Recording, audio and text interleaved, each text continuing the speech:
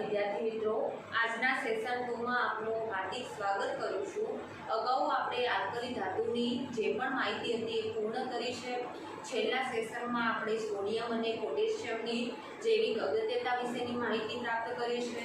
આજનો આપણો હવે નવો પોઈન્ટ છે આલ્કલાઇન અર્ધ ધાતુ તત્વો। તમે અગાઉ પણ આલ્કલાઇન અર્ધ ધાતુ તત્વો વિશે કેટલી વખત માહિતી પ્રાપ્ત કરી છે કે આલ્કલાઇન અર્ધ ધાતુ તત્વોમાં કયા કયા તત્વોનો સમાવેશ થાય છે। તો એના માટે આપણે છે ચોક્કસ ટ્રીક બેટા માંગે કાર સ્કૂટર બાપ રાજી એટલે કે બેરિલિયમ, મેગ્નેશિયમ, કેલ્શિયમ, સ્ટ્રોન્શિયમ, બેરિયમ અને રેડિયમ વગેરે તત્વોનો સમાવેશ આપણે આલ્કલાઇન અર્ધ ધાતુ તત્વોમાં થાય છે। ત્યારબાદ એ તત્વોની પરમાણુ ક્રમાંક સાથે યાદ રાખવાની ટ્રીક પણ તમને શીખવાડેલી છે કે બેરિલિયમ એ ચોથા નંબરનું તત્વ છે, એમાં 8 એડ કરો તો મેગ્નેશિયમમાં તમારે 4 માં 8 એડ કરશો તો 12 થશે। પછી કેલ્શિયમમાં આપણે 8 એડ કરીશું મેગ્નેશિયમમાંથી કેલ્શિયમમાં આવવા માટે તો 20 થશે। બે વખત 8 એડ કર્યા પછી હવે 18 એડ કરીશું તો સ્ટ્રોન્શિયમમાં થશે આપણા 38 અને 38 માં ફરીથી 18 એડ કરીશું એટલે આપણા થશે 56 અને 56 માં 32 એડ કરીશું એટલે થશે 88। તો તત્વોના પરમાણુ ક્રમાંક પણ આપણને ઈઝીલી યાદ રહી શકે છે। ત્યારબાદ આ તત્વોની સામાન્ય ઇલેક્ટ્રોનની રચના પર આધારિત પ્રત્યેક તત્વોની સાદી ઇલેક્ટ્રોનની રચના પણ લખી શકાશે। તો આપણને ખબર છે કે બેરિલિયમ, મેગ્નેશિયમ, કેલ્શિયમ, બેરિયમ એ વગેરે તત્વો જે છે એ સમૂહ 2 ના તત્વો છે અને સમૂહ 2 ની સામાન્ય ઇલેક્ટ્રોનની રચના આપણે અગાઉ ચર્ચા કરેલી છે કે NH2 પ્રકારની છે। હવે બેરિલિયમ એ આવર્ત નંબર 2 માં આવેલું છે અને આવર્ત 2 માં આવેલા બેરિલિયમની સામાન્ય ઇલેક્ટ્રોનની રચના લખવી હોય તો એમાં ઊંડા વાયુ જે છે એ આપણો હિલિયમ છે અને એમાં આવર્ત 2 છે એટલે 2 અને s ઉપર 2 ઇલેક્ટ્રોન રાખવાના છે તો 2s2। સા બીજી ઇલેક્ટ્રોનની રચના છે મેગ્નેશિયમ માટે ઊંડા વાયુ આવશે આપણો નિયોન અને ત્રીજા આવર્તમાં હોવાથી 3 અને s માં 2 ઇલેક્ટ્રોન હોવાથી 3s2। કેલ્શિયમની ઇલેક્ટ્રોનની રચના લખીએ તો આર્ગોન ચોથો આવર્ત એટલે 4s2। પછી કેલ્શિયમ પછી સ્ટ્રોન્શિયમની ઇલેક્ટ્રોનની રચના લખીએ તો ક્રિપ્ટોન 5s2। બેરિયમની ઇલેક્ટ્રોનની રચના લખીએ તો ઝેનોન 6s2 અને રેડિયમની ઇલેક્ટ્રોનની રચના લખીએ તો રેડોન 7s2। ઓકે, તો આ રીતે બીજા સમૂહના તત્વોની સામાન્ય ઇલેક્ટ્રોનની રચના અથવા તમને કોઈ પણ એવું પૂછે કે બેરિયમની ઇલેક્ટ્રોનની રચના નીચેના પૈકી કઈ છે તો તમને આ રીતે ઓપ્શન આપેલા હોય argon 4s2, krypton 5s2, xenon 6s2 તો તમે તરત લખશો કે ઝેનોન 6s2 પ્રકારની હોય છે। ત્યારબાદ આપણે કોઈ પણ તત્વની જ્યારે ચર્ચા કરતા હોઈએ છીએ તો આલ્કલી ધાતુને જો તમે યાદ રાખશો ને તો બધા આલ્કલાઇન અર્ધ ધાતુ તત્વોને યાદ રાખવા સહેલા પડી જશે કે આલ્કલી ધાતુ તત્વોમાં આપણે પહેલા શું કર્યું હતું એમની સામાન્ય ઇલેક્ટ્રોનની રચના સમજ્યા હતા, ત્યારબાદ તેના ભૌતિક ગુણધર્મો છે અને તેની ઇલેક્ટ્રોનની રચના પર આધારિત તેના રાસાયણિક ગુણધર્મો લીધા હતા। સેમ અહીંયા આપણે એ જ કન્ડિશન એપ્લાય કરવાની છે કે આલ્કલાઇન અર્ધ ધાતુ તત્વોના સૌપ્રથમ એના ભૌતિક ગુણધર્મોની ચર્ચા કરીએ તો એનો પહેલો જ ભૌતિક ગુણધર્મ છે તેનું પરમાણુય કદ અને આયનીય કદ। પણ અહીંયા પરમાણુય કદ અને આયનીય કદ યાદ રાખવા માટે એક બીજું પણ છે કે જ્યાં આલ્કલી ધાતુ આપણે લેતા હતા તો એની સાપેક્ષમાં કોઈ બીજા તત્વને આપણે ધ્યાનમાં નતા લેતા કારણ કે આલ્કલી ધાતુ આવર્તની સૌથી ડાબી બાજુ હતી, એની ડાબી બાજુ બીજો કોઈ સમૂહ હતો નહીં। પણ આલ્કલાઇન અર્ધ ધાતુની ડાબી બાજુએ પહેલો સમૂહ છે સમૂહ 1।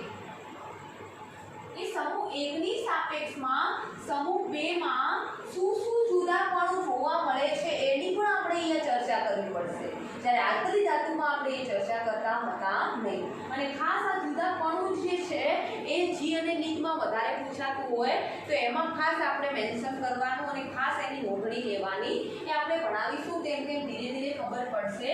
હવે સમૂહ 1 માં તત્વ છે लीना के रिबीन कैसे फरे। ओके, परमाणु याद રાખો પડતો છે। અહીંયા 4 ની જગ્યાએ 3, અહીંયા 12 ની જગ્યાએ 11, અહીંયા 20 ની જગ્યાએ 19, અહીંયા 38 ની જગ્યાએ 37 કારણ કે ડાબી બાજુનું તત્વ છે એ પૂછું થશે। અહીંયા 56 ની જગ્યાએ 55 અને અહીંયા 88 ની જગ્યાએ 87। હવે પહેલો પોઈન્ટ છે આપણો પરમાણુ કદ। તો આપણે સારી રીતે જાણીએ છીએ કે સમૂહમાં ઉપરથી નીચે તરફ જાઓ છો તેમ પરમાણુ કદમાં વધારો થાય છે। પછી એ પહેલો સમૂહ હોય કે બીજો સમૂહ હોય એના પાછળનું કારણ આપણે વારે ઘડીએ ચર્ચા કરેલી છે કે શા માટે સમૂહમાં ઉપરથી નીચે તરફ જતા પરમાણુ કદ વધે છે। આવું તો હવે આટલી વાર ચર્ચા કરીએ ને તો તમને ઊંઘમાંથી કોઈ પૂછે તોય તમને આવડી જાય કારણ કે કોઈ પિક્ચરનું ગીત 2 વાર સાંભળો ને તો યાદ રહી જતું હોય છે એક ડાયલોગ સાથે। તો આ તો કેટલી વખત આપણે રિપીટ થયું છે। શા માટે સમૂહમાં ઉપરથી નીચે તરફ જતા પરમાણુ કદ વધે છે? કારણ કે ઉપરથી નીચે તરફ જતા મુખ્ય ક્વોન્ટમાંક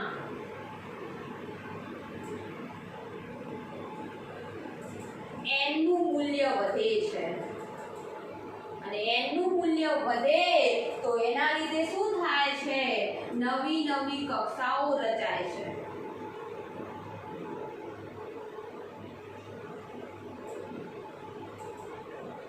અને તેના લીધે ઇલેક્ટ્રોન ધીરે ધીરે દૂરની કક્ષાઓમાં ગોઠવાતો રહેતો હોય। જેમ કે બેરિલિયમની વાત કરીએ તો બેરિલિયમમાં 2 જ કક્ષાઓ પ્રાપ્ય હશે। મેગ્નેશિયમની વાત કરીએ તો મેગ્નેશિયમમાં 3 કક્ષાઓ પ્રાપ્ય છે। કેલ્શિયમની વાત કરીએ તો કેલ્શિયમમાં 4 કક્ષાઓ આ રીતે પ્રાપ્ય હશે। બોર્ડમાં જગ્યા આપણી ઓછી પડે છે એટલી કક્ષાઓ બનતી જાય છે અને કક્ષાઓ બને છે તો તમને ખબર છે કે કેન્દ્રથી લઈને તમે જોશો છેલ્લી કક્ષા સુધીનું અંતર વધતું જાય છે અને અંતર વધશે તો ત્રિજ્યા અને કદ પણ વધશે। ઓકે, ત્યારબાદ આપણે આયનીય ત્રિજ્યાની વાત કરીએ તો ઓફકોર્સ આયનીય ત્રિજ્યા પણ ઉપરથી નીચે તરફ જતા વધવાની છે કારણ કે કોઈ કક્ષા એકદમ ખોરવાઈને કોઈ નાની સાવ સંકોચાઈ નથી જતી। પરંતુ પ્રશ્ન એ છે કે પરમાણુની ત્રિજ્યાની સાપેક્ષમાં આપણે આલ્કલી અથવા આલ્કલાઇન અર્ધધાતુનો વિચાર કરીએ તો આયનીય ત્રિજ્યામાં શું ફેરફાર થાય છે? તો અગાઉ એ પણ આપણે ત્રીજા પ્રકરણમાં બહુ સારી રીતે ભણ્યા છીએ કે હંમેશા જ્યારે પણ તમારા કોઈ પણ પરમાણુ ઇલેક્ટ્રોન ગુમાવે છે ત્યારે ધન આયન બનાવે છે અને એ ધન આયનનું કદ તેના જનક પરમાણુ કરતાં નાનું હોય છે। કેમ આવું થાય છે? ધારો કે બેરિલિયમમાંથી Be+2 આયન બનાવ્યો તો Be+2 આયન બનાવવા માટે એક આખી કક્ષા જ તમારી ઓછી થઈ જશે। 2 ઇલેક્ટ્રોન દૂર થઈ ગયા, કક્ષા જ ઘટી ગઈ। અથવા તો આપણે બીજી રીતે કહીએ તો હવે ઇલેક્ટ્રોન ઓછા થવાથી અસરકારક કેન્દ્રીય વીજભાર એટલે કે પ્રોટોનની અસર કરવાની ક્ષમતા વધે છે। પહેલા 4 પ્રોટોનને 4 ઇલેક્ટ્રોન ખેંચવા પડતા હતા જ્યારે હવે 4 પ્રોટોનને માત્ર 2 જ ઇલેક્ટ્રોન ખેંચવા પડે છે। તો ઇલેક્ટ્રોન ખેંચવા કોને વધારે સહેલા બનવાના છે? કોમન સેન્સ છે કે બેરિલિયમને ઇલેક્ટ્રોન સહેલાઈથી ખેંચી શકાશે કારણ કે ઇલેક્ટ્રોન ઓછા છે એટલે કેન્દ્રને વધુ પડતો લોડ પડશે નહીં અથવા કેન્દ્ર સહેલાઈથી ખેંચશે એટલે કક્ષા તમારી ધીરે ધીરે સંકોચાશે તો કદ ઘટશે। તો પ્રોપરલી એક જ મળસૈયા છે, કંઈ ઘણું ભૂખવા જેવું અથવા રટ્ટા મારવા જેવું નથી। ખરેખર બુકમાં 4 લીટીમાં જ આ થિયરી આપી છે પણ આપણે ફરીથી એને રિવિઝન કરીએ કારણ કે કંઈ ડાઉટ હોય તો ક્લિયર થઈ જાય કે પરમાણુ કદ જે છે એ સમૂહમાં ઉપરથી નીચે તરફ જતા વધે છે। આયનીય કદ પણ સમૂહમાં ઉપરથી નીચે તરફ જતા પરમાણુ કદના વધારા સાથે વધે છે। પરંતુ પોઈન્ટ એ છે કે ધન આયનનું કદ જે છે કારણ કે આલ્કલી ધાતુ અને આલ્કલાઇન અર્ધધાતુ ધન આયન બનાવશે તો ધન આયનનું કદ જનક પરમાણુ કરતાં નાનું શા માટે હોય છે? તો કારણ શું છે કે ધન આયનમાં અસરકારક કેન્દ્રીય વીજભારની અસર કરવાની ક્ષમતા વધી જાય છે એટલે કે બાહ્યતમ કક્ષાના ઇલેક્ટ્રોનને હોઈ શકે એટલા પોતાની તરફ વધુ આકર્ષિત કરે છે અને એના લીધે કદ ધીરે ધીરે અથવા ત્રિજ્યા ધીરે ધીરે નાની થતી જાય છે। ઓકે, ત્યારબાદ આપણને ખાસ નીટમાં પ્રશ્ન એ પૂછાય કે આલ્કલી ધાતુની સાપેક્ષમાં આલ્કલાઇન અર્ધ ધાતુનું પરમાણ્વીય કદ કેવું છે, મતલબ નાનું છે કે મોટું છે? તો યાદ કરો બેટા કે આવર્તમાં ડાબી બાજુથી જમણી બાજુ તરફ જઈએ તો પરમાણુ કદ ઘટે, અને કદ ઘટવાનું છે તો ત્રિજ્યા પણ ઘટવાની છે, અને સમૂહમાં ઉપરથી નીચે તરફ જતા ત્રિજ્યા અથવા કદ વધે. ચલો, તો આપણને એ ખબર પડી ગઈ કે લિથિયમ અને બેરિલિયમને આપણે જોવા જઈએ તો લિથિયમ કરતા બેરિલિયમ એની જમણી બાજુ છે, અને જમણી બાજુ તરફ જતા તો કદ ઘટે છે, તો ઓફકોર્સ લિથિયમ કરતા બેરિલિયમનું કદ આ રીતે નાનું હશે, સોડિયમ કરતા મેગ્નેશિયમનું કદ નાનું હશે, પોટેશિયમ કરતા કેલ્શિયમનું કદ નાનું હશે. આમ કદ ઘટતા જાય છે. કોની સાપેક્ષમાં કોના કદ ઘટે છે? ખાસ નોંધ કરજો કે સમૂહ 1 ની સાપેક્ષમાં સમૂહ 2 ના તત્વોના પરમાણ્વીય કદ અથવા પરમાણ્વીય ત્રિજ્યા ઓછી હોય છે, અથવા તો નાની હોય છે, વધારે હોતી નથી અથવા ઘટે છે, એવું પણ આપણે જોઈશું. ફરીથી સમૂહ 1 ના તત્વોની સાપેક્ષમાં સમૂહ 2 ના તત્વોના પરમાણ્વીય કદ ઓછા હોય છે, અથવા તો પરમાણ્વીય કદ સમૂહ 1 થી 2 તરફ જતા ઘટે છે. ઓકે, તો તમને આવી રીતે પ્રશ્ન પૂછાઈ શકે કે નીચેના પૈકી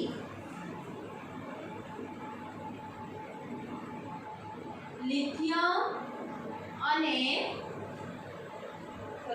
નથી લેતા, ચલો કેલ્શિયમ અને પોટેશિયમમાં પરમાણ્વીય ત્રિજ્યાનો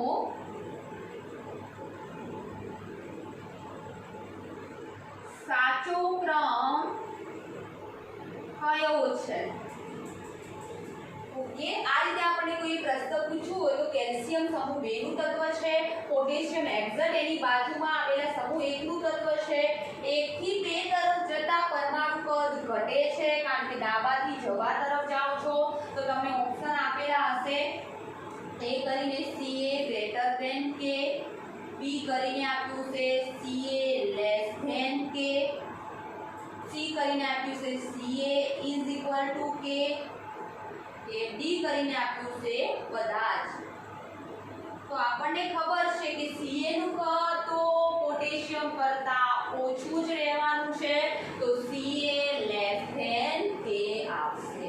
તો આ આપણો પહેલો પોઈન્ટ હતો ચેપ્ટરનો, જેમાં આપણે આપણા આલ્કલાઇન અર્ધ ધાતુ તત્વોનો કે આલ્કલાઇન અર્ધ ધાતુ તત્વો જે છે એ તત્વોની સામાન્ય ઇલેક્ટ્રોનીય રચના કયા પ્રકારની છે?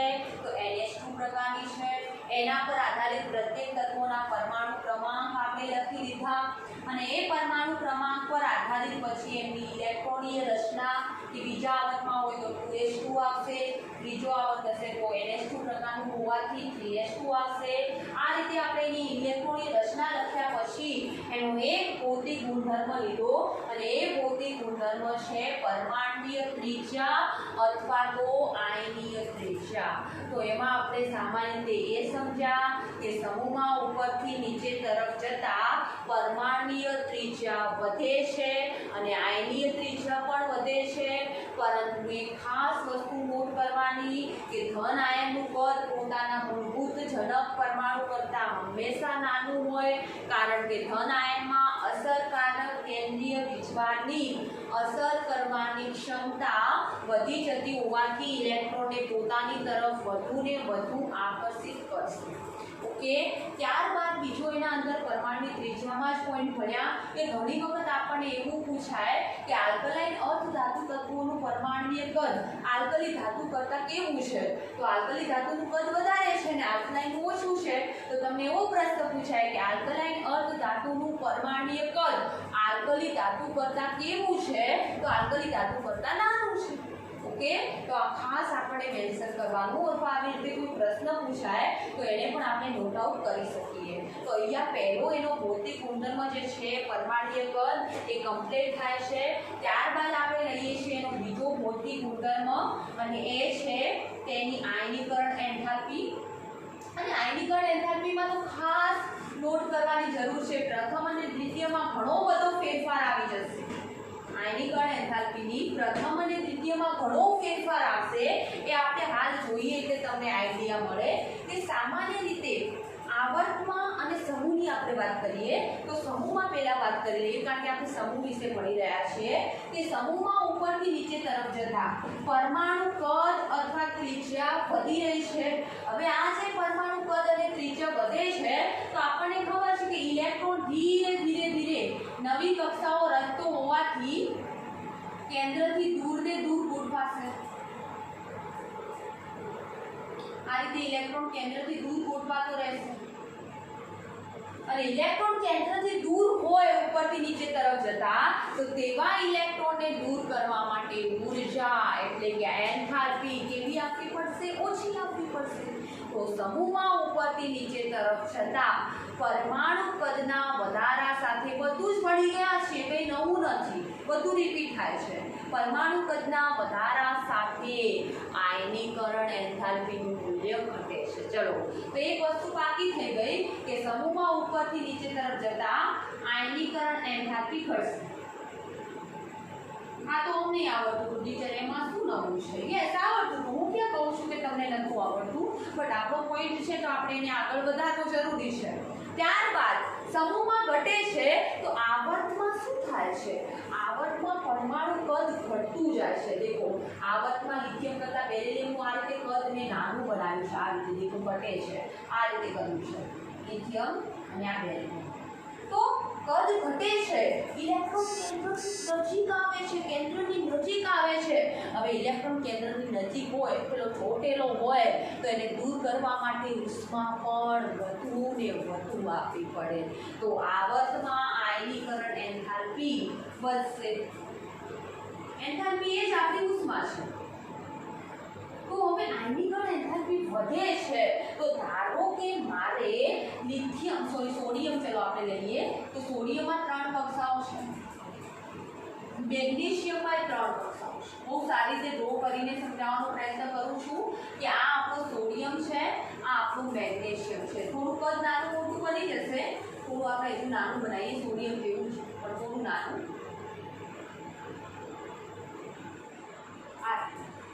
પ્રોપરલી ડ્રો કરતા નહીં, હવે પણ સમજવાનો પ્રયત્ન પૂરો કરીશ. અહીંયા સોડિયમમાં આપણે બાયતમ કક્ષામાં આપણે જાણીએ છીએ એક જ ઇલેક્ટ્રોન પડ્યો છે, કારણ કે NH1 પ્રકારની ઇલેક્ટ્રોનીય રચના ધારણ કરે છે. મેગ્નેશિયમની બાયતમ કક્ષામાં 2 ઇલેક્ટ્રોન પડ્યા હશે. ચલો, હવે આયનીકરણ એન્થાલ્પીનો અર્થ શું થાય છે સામાન્ય રીતે એ તો આપણને ખબર હોવી જોઈએ. તો સામાન્ય રીતે આયનીકરણ એન્થાલ્પી એટલે કે કોઈ પણ તટસ્થ પરમાણુ એ પણ વાયુરૂપ અવસ્થામાં હોય તેને ઇલેક્ટ્રોન દૂર કરવા માટે ઊર્જા જે આપવી પડે તેને આપણે આયનીકરણ એન્થાલ્પી કહીએ. ચલો, એ પોઈન્ટ ઓકે થઈ ગયો કે ઇલેક્ટ્રોન દૂર કરવો છે. હવે હું સોડિયમમાંથી એક ઇલેક્ટ્રોન દૂર કરું એટલે સોડિયમમાંથી શું બનશે? Na+ આયન એટલે કે સોડિયમ આયન બનશે. મેગ્નેશિયમમાંથી એક ઇલેક્ટ્રોન દૂર કરું, ઇલેક્ટ્રોન દૂર કરી લીધો છે તો મેગ્નેશિયમમાંથી Mg+ આયન બનશે. હવે એક ઇલેક્ટ્રોન દૂર કરવા માટે જરૂરી આયનીકરણ એન્થાલ્પીને આપણે પ્રથમ આયનીકરણ એન્થાલ્પી કહીએ છીએ.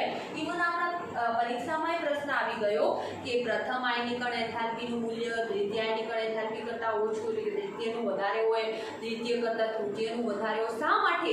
એ અહીંયા તમે બહુ સારી રીતે સમજી શકશો. તો મેગ્નેશિયમ ચલો આયન કરી ગયો. હવે આ બંને પૈકી, કારણ કે આપણે મેઇન તો તમે સમૂહમાં ઉપરથી નીચે તરફ જતા વધે છે એવું કહી દીધું, આવર્તમાં ડાબી બાજુથી જમણી બાજુ તરફ જતા સમૂહમાં ઉપરથી નીચે તરફ જતા આયનીકરણ એન્થાલ્પી ઘટે છે, અને આવર્તમાં ડાબી બાજુથી જમણી બાજુ તરફ જતા આયનીકરણ એન્થાલ્પી વધે છે એવું તો બોલી દીધું, પણ કઈ રીતે? તો અહીંયા દેખો, અહીંયા સોડિયમનું જે કદ છે એ આપણા મેગ્નેશિયમ કરતાં તો વધારે છે, કારણ કે આવર્તમાં કદ વધુ છે આપણે ડાબી બાજુના તત્વનું, જમણી બાજુના તત્વ તરફ જઈએ છીએ તેમ કદ ઘટે છે. આનું કદ વધુ, જ્યારે એની સાપેક્ષમાં મેગ્નેશિયમનું કદ ઓછું. હવે જ્યાં કદ વધુ હોય તેમ ઇલેક્ટ્રોન કેન્દ્રથી દૂર જ રહેવાનું છે. જ્યાં કદ ઓછું છે ત્યાં ઇલેક્ટ્રોન કેન્દ્રની તરફ અટેચિત થઈને નજીક એકદમ ચોંટીને રહેશે. તો અહીંયા કદ ઓછું હોવાથી ઇલેક્ટ્રોન કેન્દ્રની નજીક છે, અને જો ઇલેક્ટ્રોન કેન્દ્રની નજીક હોય તો એને દૂર કરવા માટે ઉષ્મા વધારે આપવી પડશે. તો મેગ્નેશિયમના પહેલા ઇલેક્ટ્રોનને, ખાસ શબ્દને નોટ કરજો, પહેલા ઇલેક્ટ્રોનને દૂર કરવા માટે મેગ્નેશિયમને વધુ ઉર્જા વાપરવી પડશે, જ્યારે સોડિયમને ઓછી વાપરવી પડશે. તો મતલબ કોની વધારે છે? સોડિયમ કરતાં મેગ્નેશિયમની પ્રથમ આયનીકરણ એન્થાલ્પી વધારે છે. ચલો, સોડિયમે એક ઇલેક્ટ્રોન દૂર કર્યો એટલે આ કક્ષા ધડ ધડ ધડ ધડ ધડ ધડ કરતી ગાયબ થઈ ગઈ, કારણ કે બાહ્ય કક્ષામાં એક જ ઇલેક્ટ્રોન હતો. એ ઇલેક્ટ્રોન જેવો દૂર થયો એટલે કક્ષા તમારી દૂર થઈ ગઈ. હવે મેગ્નેશિયમમાં એક ઇલેક્ટ્રોન દૂર થવાથી શું કક્ષા રિમૂવ થશે? વિચારો થોડું. નહીં થાય. કેમ નહીં થાય? કારણ કે હજુ એની બાહ્યતમ કક્ષામાં એક ઇલેક્ટ્રોન પડ્યો છે. આ જ વસ્તુ ખાસ નોટ કરવાની જરૂર છે કે મેગ્નેશિયમ હવે બીજો ઇલેક્ટ્રોન ગુમાવે ત્યારે કેટલી તાકાત વાપરવી પડશે, અને સોડિયમને બીજો ઇલેક્ટ્રોન ગુમાવવા માટે કેટલી તાકાત વાપરવી પડશે. કોમન સેન્સ યુઝ કરો.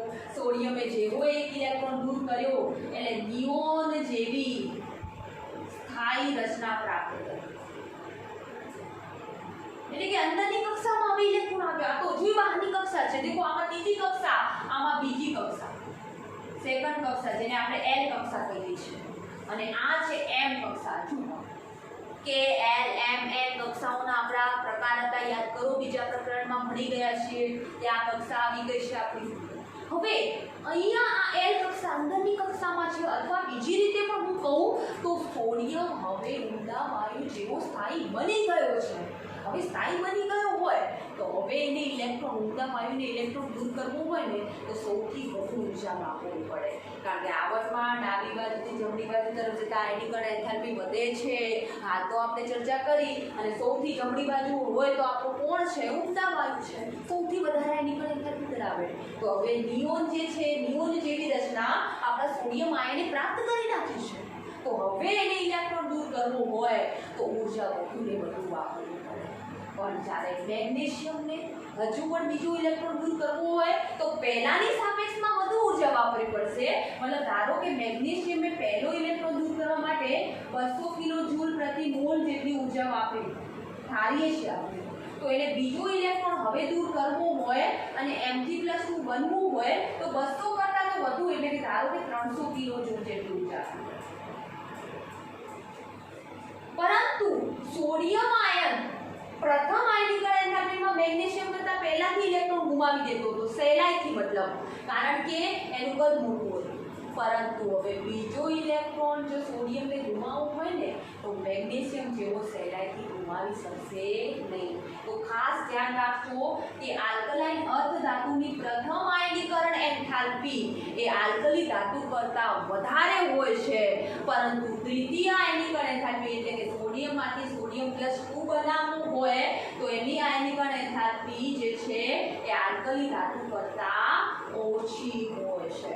પ્રથમ વધારે, કારણ કે પહેલામાં શું થાય છે? સોડિયમનું કદ મોટું હોય છે, મેગ્નેશિયમનું ઓછું હોય છે. તેવી રીતે તમે પોટેશિયમ અને કેલ્શિયમનું પણ ઉદાહરણ લઈ શકો છો. પણ બીજામાં જ્યારે આપણે આલ્કલી ધાતુ એક ઇલેક્ટ્રોન ગુમાવી દે ને ત્યારે ઊંડા વાયુ જેવો સ્થાયી બની જાય અને સ્થાયી રચના જેવી પ્રાપ્ત કરે તો ઇલેક્ટ્રોન દૂર કરવા માટે તાકાત, ઉર્જા વધારે ને વધારે વાપરવી પડે. અને તેથી એ મેગ્નેશિયમ જેમ સહેલાઈથી ઇલેક્ટ્રોન સોડિયમ બીજો ગુમાવી શકશે નહીં. એટલે કે ઇલેક્ટ્રોન ગુમાવવા માટે મેગ્નેશિયમ કરતાં પણ વધુ ઉર્જા આપવી પડશે. તો આશા રાખું છું કે આયનીકરણ એન્થાલ્પી તમને બહુ સારી રીતે સમજાઈ હશે કે સમૂહમાં ઉપરથી નીચે તરફ જતા પરમાણુ કદના વધારા સાથે ઇલેક્ટ્રોન કેન્દ્રથી દૂર જાય છે, તેથી ઇલેક્ટ્રોનને દૂર કરવો સહેલો બને છે. મતલબ પરમાણુમાંથી દૂર કરવો સહેલો બને છે, જેથી આયનીકરણ એન્થાલ્પીનું મૂલ્ય ઘટે છે. જ્યારે આવર્તમાં ડાબી બાજુથી જમણી બાજુ તરફ જતા આપણે પરમાણુ કદ ધીરે ધીરે સંકોચાય છે અને કદના સંકોચનના લીધે ઇલેક્ટ્રોન કેન્દ્રની તરફ આવે છે, તેથી તેવા ઇલેક્ટ્રોનને દૂર કરવા માટે ઉષ્મા વધારે આપવી પડે છે. મતલબ સામાન્ય રીતે તમે એક પોઈન્ટ તો અહીંયા શીખી ગયા કે આવર્તમાં ડાબી બાજુથી જમણી બાજુ તરફ જતા આયનીકરણ એન્થાલ્પી વધશે. યસ, વધશે, પણ કઈ ખાસ એ નોટ કરવાની, પ્રથમ, દ્વિતીય કે તૃતીય? પ્રથમ તો વધશે જ, એ તો પાક્કું થઈ ગયું. એમાંય વચ્ચે ક્યાંક અપવાદ હતા, યાદ કરો આપણે ત્રીજા પ્રકરણમાં બેરેલિયમ અને બોરોન વચ્ચે, નાઇટ્રોજન અને ઓક્સિજન વચ્ચે. એકવાર જોઈ લેજો એટલે તમને આઈડિયા મળી જાય. અહીંયા પ્રથમ ઓફકોર્સ વધારે છે લિથિયમ કરતાં મેગ્નેશિયમની, અથવા સોરી લિથિયમ કરતાં બેરેલિયમની, સોડિયમ કરતાં મેગ્નેશિયમની, પોટેશિયમ કરતાં કેલ્શિયમની. એટલે કે આવર્તમાં ડાબાથી જવા તરફ, એટલે કે આલ્કલી ધાતુ કરતાં આલ્કલાઇન અર્ધ ધાતુની પ્રથમ આયનીકરણ એન્થાલ્પીનું મૂલ્ય વધારે છે, પરંતુ દ્વિતીયમાં આલ્કલી ધાતુનું વધારે છે. કેમ? કારણ કે આલ્કલી ધાતુ એક ઇલેક્ટ્રોન ગુમાવી દે ને એટલે આપણા ઊંડા વાયુ જેવી સ્થાયી રચના પ્રાપ્ત કરે, જેથી બીજો ઇલેક્ટ્રોન સહેલાઈથી ગુમાવે નહીં, વધુને વધુ ઉષ્મા લે. ઠીક છે, તો અહીંયા આપણી આયનીકરણ એન્થાલ્પીનો પોઈન્ટ પણ અહીંયા કમ્પ્લીટ થાય છે. ત્યારબાદ આપણો ત્રીજો પોઈન્ટ છે જલીયકરણ એન્થાલ્પી. અને જલીયકરણ એન્થાલ્પી આલ્કલી ધાતુના જેમ જ કે જલીયકરણ એન્થાલ્પીનો આયનીકરણ એન્થાલ્પી સાથે સમપ્રમાણતાનો સંબંધ છે, દોસ્તીનો સંબંધ છે, જ્યારે પરમાણુ કદ સાથે વ્યસ્ત પ્રમાણનો સંબંધ છે. મતલબ જેટલું પરમાણુ કદ વધશે તો જલીયકરણ એન્થાલ્પી ઘટશે, અને જેટલું પરમાણુ કદ ઘટશે એટલી જલીયકરણ એન્થાલ્પી વધશે. તો અહીંયા હવે છેલ્લો પોઈન્ટ રહ્યો છે આપણો જલીયકરણ એન્થાલ્પી. જલીયકરણ એન્થાલ્પી એટલે કે પાણીના અણુને પોતાની તરફ આકર્ષિત કરવાની અથવા જલયુક્ત સંયોજન બનાવવાની એક પ્રકારની વૃત્તિ. ઓકે, તો આલ્કલી ધાતુમાં યાદ કરો કે લિથિયમથી લઈને રૂબિડિયમ અથવા સીઝિયમ આયન તરફ જતા જલીયકરણ એન્થાલ્પી પરમાણુ કદના વધારા સાથે ઘટે છે. તો અહીંયા પણ પરમાણુ કદ તો ઉપરથી નીચે તરફ જતા વધે છે, તો એનો મતલબ જલીયકરણ એન્થાલ્પી શું થતી હશે? ઘટે છે. કારણ કે જલીયકરણ એન્થાલ્પી ચલે છે આયનીકરણ એન્થાલ્પી,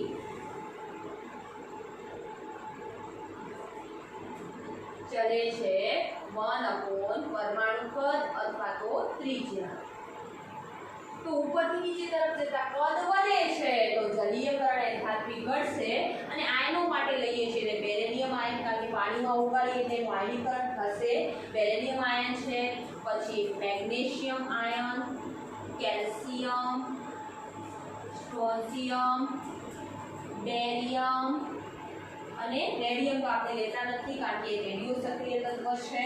ઓકે, તો આટલા સુધી જે આયનો બન્યા આપણે, એ આયનોની જલીયકરણ એન્થાલ્પીમાં સૌથી વધુ જો જલીયકરણ એન્થાલ્પી હોય તો એ કયા આયનની છે? બેરેલિયમ આયનની છે, કારણ કે બેરેલિયમનું કદ સૌથી નાનું છે અને નાના કદના પરમાણુ અથવા તો આયનોની હંમેશા જલીયકરણ એન્થાલ્પી કેવી હોય છે? વધારે હોય છે. તો આમાં વધારે ગોપવા જેવું છે નહીં, સામાન્ય રીતે ઈઝી છે. પણ બીજો પોઈન્ટ પાછો વળી આલ્કલી ધાતુ એને નડતો જ, કારણ કે હવે તો આલ્કલી ધાતુની પોતે જમણી બાજુ આવે એટલે આલ્કલી ધાતુ નડશે કે આલ્કલી ધાતુની સાપેક્ષમાં આલ્કલાઇન અર્ધ ધાતુની જલીયકરણ એન્થાલ્પીમાં શું ફેરફાર છે? તો હાલ જ વાત કરી કે જલીયકરણ એન્થાલ્પીનું તમારે પરમાણુ કદ સાથેનો સંબંધ ફેરવાનો. તો આવર્તમાં ડાબી બાજુથી જમણી બાજુ તરફ જતા કદ ઘટે છે, કદ ઘટે તો જલીયકરણ એન્થાલ્પી વધે ને વધે જ. તો હંમેશા તમે જોજો કે આલ્કલી ધાતુ કરતાં આલ્કલાઇન અર્ધ ધાતુના જે પણ સંયોજન હશે ને એ બધું જલયુક્ત હશે. યાદ કરી લો લિથિયમ અને મેગ્નેશિયમનો વિકર્ણ સંબંધ.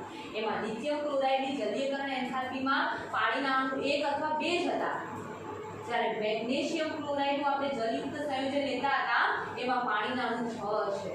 કારણ કે લિથિયમ કરતાં મેગ્નેશિયમ એની જમણી બાજુએ આવેલું છે, એના લીધે એ બધું જલયુક્ત હોય છે. કારણ કે આલ્કલી ધાતુ કરતાં આલ્કલાઇન અર્ધ ધાતુની જલીયકરણ એન્થાલ્પી વધારે છે. ઓકે, ક્લિયર છે? કારણ કે કદ ઘટે તો જલીયકરણ એન્થાલ્પી વધે છે. તો આજે આપણે 3 પ્રકારના ખાસ મુખ્ય ગુણધર્મો, જે ભૌતિક ગુણધર્મો જેને આપણે કહીએ છીએ એની ચર્ચા આપણે કરી. અને બીજું એક ભૌતિક ગુણધર્મ હજુ પણ તમે લઈ શકો છો, એ છે તેનું ગલન બિંદુ. આપણને ખબર છે કે જેટલું જેટલું નાનું કદ હશે એટલું ઇલેક્ટ્રોન ઉત્સર્જિત થઈને કેન્દ્રથી વધુ દૂર નહીં જઈ શકે. ગલન બિંદુ એટલે શું કે ઇલેક્ટ્રોન આપણા પરમાણુમાંથી દૂર નથી કરતા, આપણે પરમાણુમાંથી મુક્ત નથી કરતા, પણ બોહરનો નમૂનો યાદ કરો કે બોહરના નમૂના પ્રમાણે તમારી પહેલી શ્રેણી લાયમન શ્રેણી છે, ધારો કે n બરાબર 1 માં ઇલેક્ટ્રોન કરે છે, એને ઉષ્મા મળશે એટલે 1 માંથી 2 માં જઈ શકે, અથવા તો કૂદકો મારીને 1 માંથી 3 માં જાય, 1 માંથી 4 થી આ 1 2 હું શું બોલું છું, કક્ષાઓમાં ઇલેક્ટ્રોન ઉત્સર્જિત થઈને જાય છે અને એના લીધે પછી તમારો ધીરે ધીરે પરમાણુ પીગળે છે અને પછી પરમાણુમાંથી જો ઇલેક્ટ્રોન દૂર થઈ જાય તો એ પરમાણુ આયનમાં રૂપાંતર થાય છે.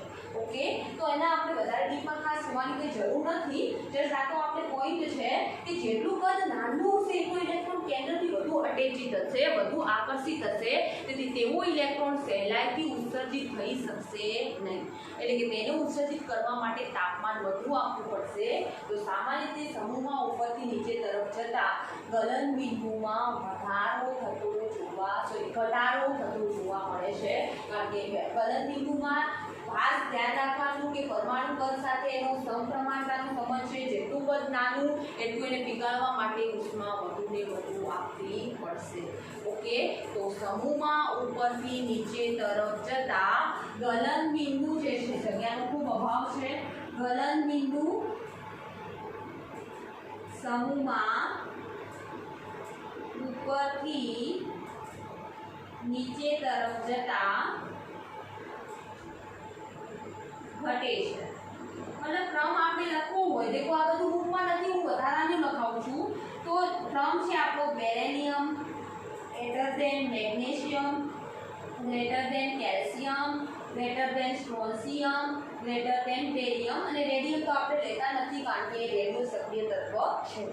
ઓકે, ત્યારબાદ આપણે ઘનતાની વાત કરીએ તો અહીંયા ઘનતામાં કોઈ પણ પ્રકારનો અપવાદ નથી. જેમ કે સોડિયમ અને પોટેશિયમ વચ્ચે હતો, અહીંયા સમૂહમાં ઉપરથી નીચે તરફ જતા પરમાણુય કદના વધારા સાથે પરમાણુ ભાર પણ વધે છે અને પરમાણુ ભાર વધતું હોવાથી ઉપરથી નીચે તરફ જતા ઘનતા વધવાની છે.